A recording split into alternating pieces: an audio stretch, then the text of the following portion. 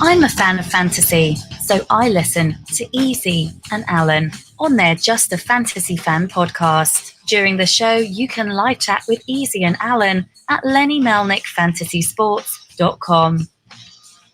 Rumour has it, Lenny only swings one way, with Launch Angle.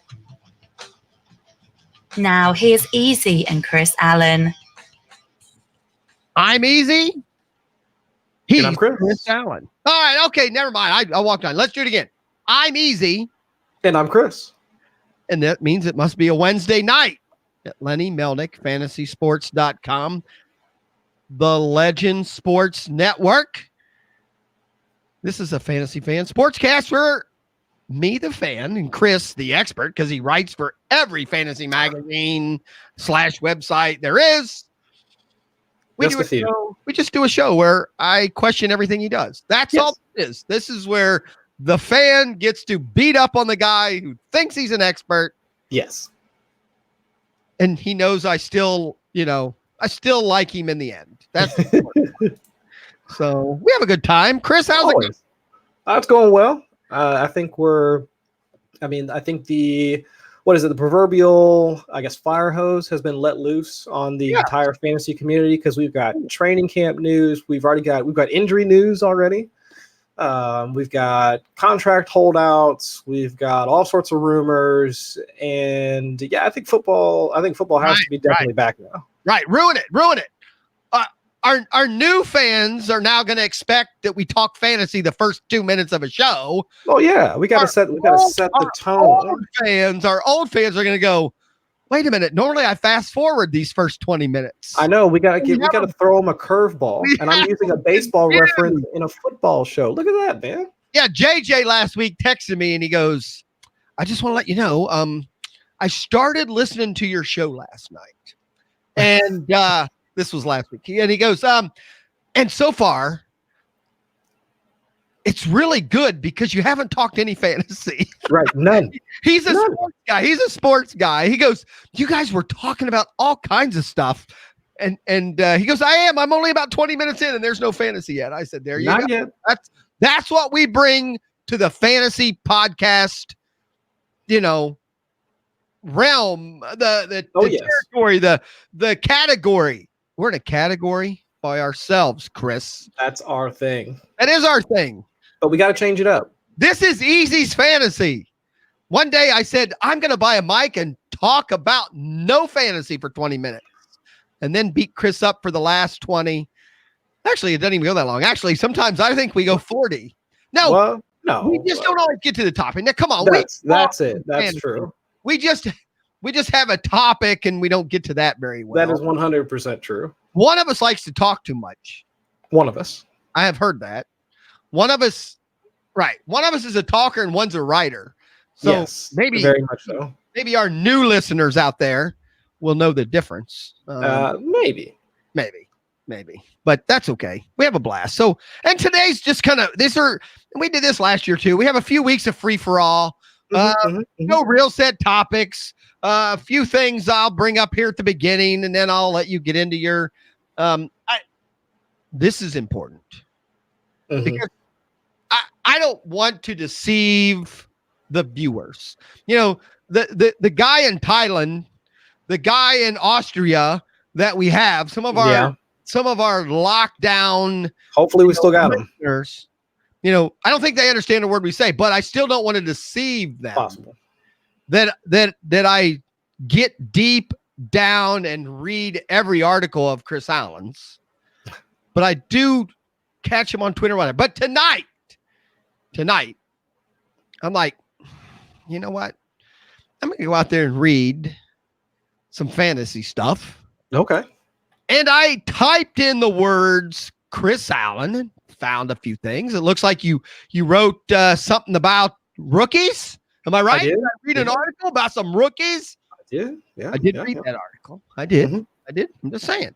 Huh? And then was there an article about quarterbacks, maybe late round quarterbacks? Or I did one about that. Yeah. Me, Chris? Yeah, that's ringing a bell. That. So I'm just letting you know. Okay. I am realizing now, after I went deep into your writing style, your fantasy magic in those fingers with the lead, that you do bring more to this than just the pretty face. I mean, yeah, I try. I mean, you're the award winner, the pretty face, but I went, man, Chris knows his stuff. Now I know why people in Austria, Taiwan are listening to us. Hopefully. We do not have a bunch of pins in the map, but we spread those bastards around. I love it too. Our pins are spread all over, Chris. And it's wonderful. It is wonderful. I love the people. I'm a man of the people. We are. Both of us. I'm going to give you that. Lenny Melnick, FantasySports.com, the Legend Sports Network. They've had issues. Lenny's on vacation. Our webmaster's not in. So I don't think there's been much going on in the chat room today because they can't even get the show live right now. The show live isn't working on the site. I did post our YouTube link in there, so you can click that and see us on YouTube. We're live there. And I did put my Spreaker link in there. If you click on that, that'll bring my Spreaker account, and you can click on the show live there. So, I just wanted to throw that there. We'll go from there. The first things are, let's tidy up. Let's tidy up from last week. Okay. I am curious because I know I didn't write an article, so you didn't get deep into my thoughts, but I did bring up the 2 football shows that were going to start last week. Oh, okay. Yeah. That was the Netflix series Last Chance U. Right. And the Amazon series All or Nothing. Right. The Panthers. Those 2 shows. I binge watched. It was hot. It was very hot in Ohio this weekend. Man. So the griddle got put away. I was not going to cook. Not going outside. In 100-degree weather. No. Who would want to? 500 degree griddle. So I thought, I'm going to go in. Mrs. E's got a new job. She works on Saturdays now a little more regular. So I had some time. I had time. Okay. So Saturday morning, I put on the All or Nothing, Amazon Prime, The Panthers. If you're a football fan, you got to watch it. It was great. I'm just letting you know. I am not a Cam Newton guy.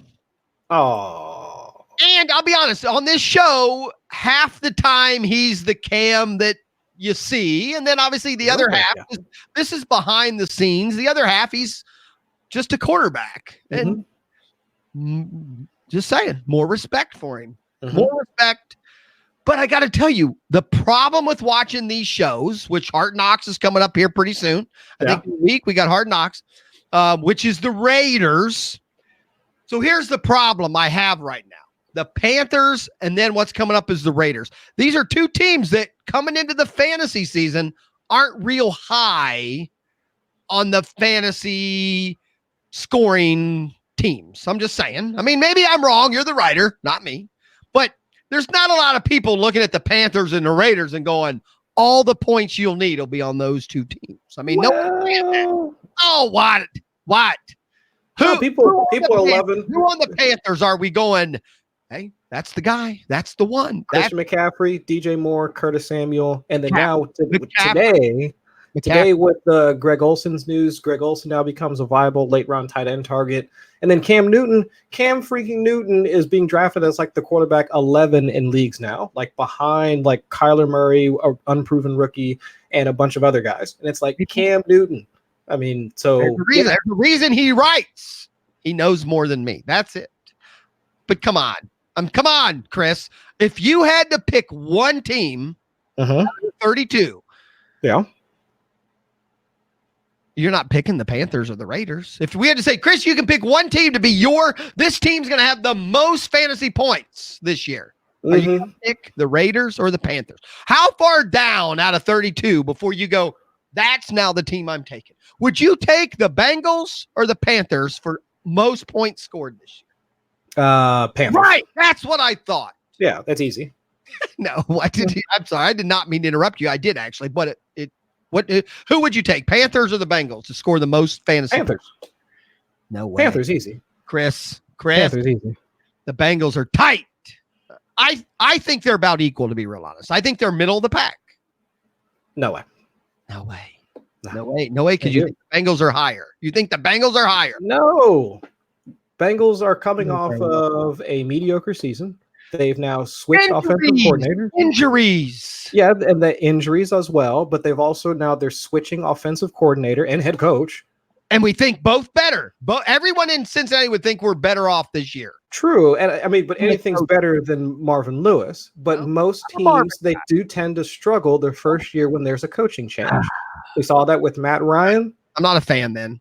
I'm just saying it might take a little bit. I think for them to get it going. It didn't take the Rams long when this gentleman became part of their offensive coaching staff. I mean, they kicked right off. That's when, but still. No, don't make me listen. I'm going to drink this great tasting White Claw hard seltzer right now so I can accept some of what you have. They've got Sean McVay light. I mean, they didn't get Sean McVay in there in order to work with them. What you're saying is the Bengals got White Claw, not vodka?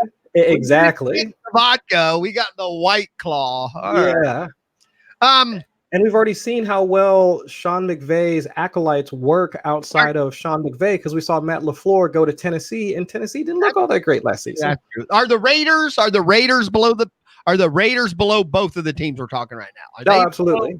Yeah. Okay. I'm interested to see how Antonio Brown looks, but beyond that, that's okay. But here's where I was going, because I'm a fan. This podcast is about a fan just blowing steam.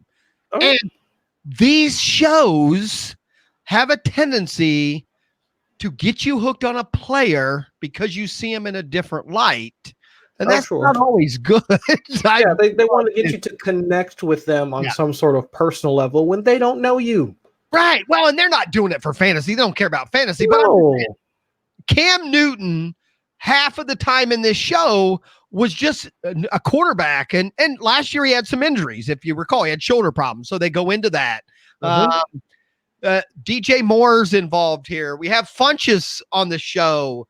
They have Greg Olsen, if you recall, gets hurt again last year. That's a big part of the show. Yeah. I heard he's kind of annoying.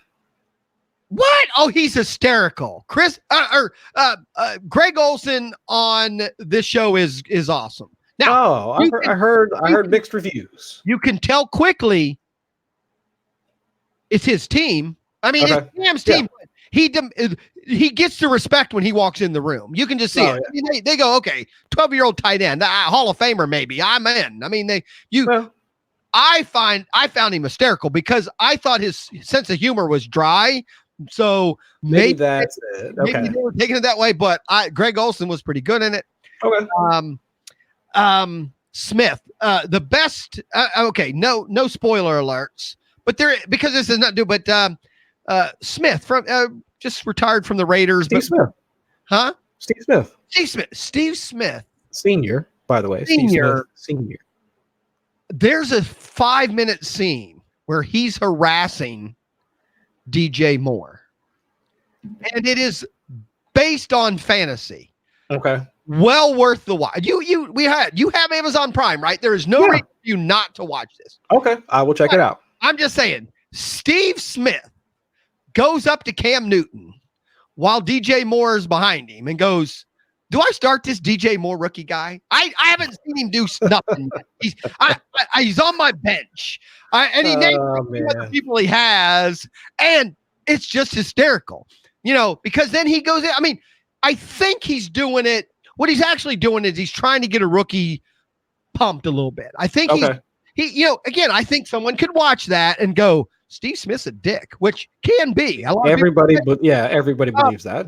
But I watched it and went, he's trying to get under the rookie's skin a little bit. Sarcastically to get that rookie motivated a little bit. If you don't expect that from Steve Smith with all of his antics, I mean, come on now.